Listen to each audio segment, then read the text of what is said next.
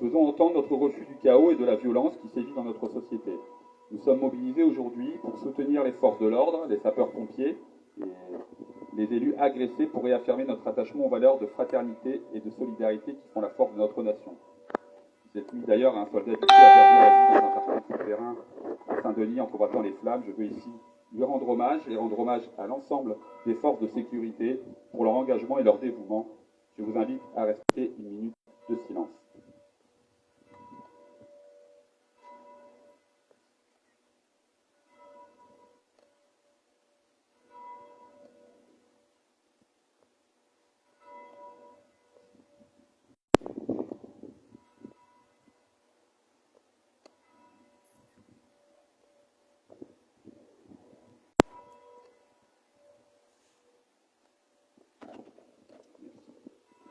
Ce rassemblement pacifique est l'occasion de manifester notre engagement en faveur de l'ordre républicain et de dire haut et fort que nous ne tolérerons pas que notre pays sombre davantage dans cette spirale destructrice. Soyons unis, associations, habitants, élus, commerçants, tous ensemble pour témoigner de notre détermination à bâtir un avenir plus harmonieux. Je vous lirai dans quelques instants un appel de l'Association des maires de France afin de rappeler notre demande d'une réaction forte de l'État et de l'ensemble des institutions compétentes. Mes chers concitoyens, c'est en montrant notre solidarité et notre soutien que nous parviendrons à surmonter ces circonstances exceptionnelles. La force de faire à la grande réside dans l'union de ses habitants pour défendre nos valeurs communes et notre vivre ensemble. Ensemble, nous sommes plus forts. Ensemble, nous pouvons construire un avenir meilleur. Par ce rassemblement, faisons résonner notre voix pour un changement positif. Je vous remercie. Alors, je vais vous lire l'appel des maires de France, parce que cette initiative a été prise hier par l'Association des maires de France, dans l'idée que partout en France, devant les mairies, on puisse se rassembler. Alors, elle a été notamment déclenchée suite à l'agression qu'a subi un maire et sa famille, et c'était pas le premier, c'était pas la première fois. Et voilà, on a souhaité élargir ce rassemblement face à la situation gravissime que connaît le pays et surtout à ses conséquences. Donc, je vous lis l'appel des maires de France. Nous refusons que notre pays continue de sombrer dans le chaos. Nous refusons de regarder passivement les mairies brûlées, les magasins pillés, les domiciles des maires attaqués. Tous les Français victimes d'actes injustifiables de dégradation et de violence. Malheureusement, cette situation ne nous surprend pas et les maires de France alertent depuis des années sur la dégradation de notre société. Il faudra en tirer le moment venu toutes les conclusions en termes de politique publique nationale. En attendant, nous enjoignons l'État, qui a la responsabilité du maintien de l'ordre et dont la vocation est de protéger la société, de rétablir la sécurité par tous les moyens opérationnels et en droit dont il dispose. La mort d'un jeune homme tué à Nanterre mardi dernier a soulevé une grande émotion. La justice s'est saisie le jour même de l'affaire et a ouvert une enquête. Depuis cette date, partout sur le territoire national, nous faisons face à un cycle inouï de violence que rien ne peut justifier et qui trahit cette légitime émotion en la transformant en une délinquance de droit commun. Malgré l'intervention des forces de l'ordre et des pompiers, des familles sont mises en danger et doivent être évacuées. Leurs biens personnels sont détruits. Les commerces et des entreprises voient leurs locaux pillés et incendiés. Des maires sont menacés, injuriés ou frappés. Les bâtiments communaux sont saccagés. Ces actes de violence d'une minorité sont inacceptables et pénalisent en premier lieu l'ensemble des habitants.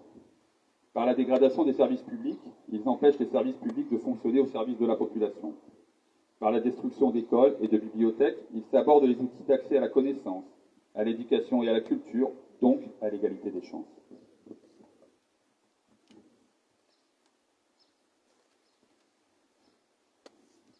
Par l'effet délétère des images et des réseaux, ils renforcent la stigmatisation des quartiers et des autres habitants. Par les violences contre les élus, ils attaquent le cœur de notre démocratie. Cette dérive des comportements n'a aucune issue et ne fera qu'aggraver les difficultés que les auteurs prétendent dénoncer. La violence n'est jamais une solution. Les maires sont profondément attachés à l'unité et à la cohésion de notre pays. Ils y contribuent chaque jour en agissant au plus près des citoyens. Ils observent avec consternation le déchaînement de violence qu'impose au pays une minorité agissante. Mais ils ne s'y résignent pas et sont résolus à s'y opposer. Les maires de France appellent donc d'abord l'État à rétablir l'ordre républicain. C'est sa responsabilité pleine et entière. Il ne peut y avoir de justice sans ordre. Les maires de France appellent ensuite à une mobilisation civique de la société, pour le respect de la République et de la France. Chacun doit y prendre sa part, sans la responsabilité, dans la responsabilité et le calme, pour que le dialogue puisse reprendre. À nous, maires, il appartiendra de tirer lucidement les leçons de cette crise, d'en décortiquer les ressorts profonds, de retisser les liens brutalement rompus et inlassablement de reconstruire la cohésion dont notre nation a tant besoin. Vive la République et vive la France. Voilà, bah écoutez, je voulais vous remercier d'avoir été présent à ce rassemblement. Alors, je disais tout à l'heure, je discutais avec quelqu'un, je ne pense pas que c'est ici où on va pouvoir résoudre tous les problèmes de la société et ceux qui font jour là depuis quelques jours. Néanmoins, je pense que chacun à notre niveau, on a peut-être un petit morceau de la solution. Alors, je sais que ce n'est pas la première fois que des rassemblements de ce type ont lieu et que les alertes, les différents élus, je voudrais saluer Philippe Ronsard qui est là-bas, il le sait bien, ça fait de nombreuses années qu'on sent effectivement dans la société un certain nombre de délinquances bien plus profondes prendre place. Alors, on a plutôt de la chance sur la commune puisque on n'a pas été confronté à des dégradations. Ce n'est pas le cas d'un certain nombre de communes du territoire. Je pense à celles qu'on a entendues dans la presse, des grandes, mais des petites aussi. En tant que président du syndicat de transport, je peux vous dire qu'on a subi quand même pas mal de destruction d'abribus. On a dû mettre en sécurité l'ensemble de notre parc de véhicules, puisque le dépôt a été visité dans la nuit de jeudi à vendredi. Donc on a dû cacher l'ensemble de nos bus pendant tout le week-end et encore aujourd'hui pour éviter des dégradations pendant la nuit. Enfin, voilà, on sent quand même qu'il y a un malaise qui est très profond. La solution, je vous l'ai dit, on l'a peut-être collective. On sait en tout cas qu'à l'échelle communale, on peut prendre notre part si l'État nous en donne les moyens, parce que on n'est pas là pour pleurer sur notre sort, mais force est de constater que petit à petit, on nous a retiré des moyens d'intervention. Alors on nous donne quelquefois plus de compétences, mais pas forcément les moyens pour les exploiter. Donc je pense qu'il y a une prise de conscience aussi des pouvoirs publics et de l'État sur ce sujet.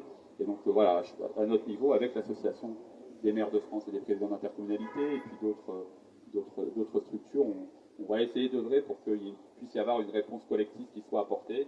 Et voilà, je voulais vraiment vous remercier d'avoir été présent aujourd'hui, en espérant qu'on ait pu reproduire ce type de rassemblement et puis qu'on puisse se retrouver sur des moments plus sympas et plus festifs. C'est quand même là l'essentiel. Voilà, bonne journée à tous et un grand merci.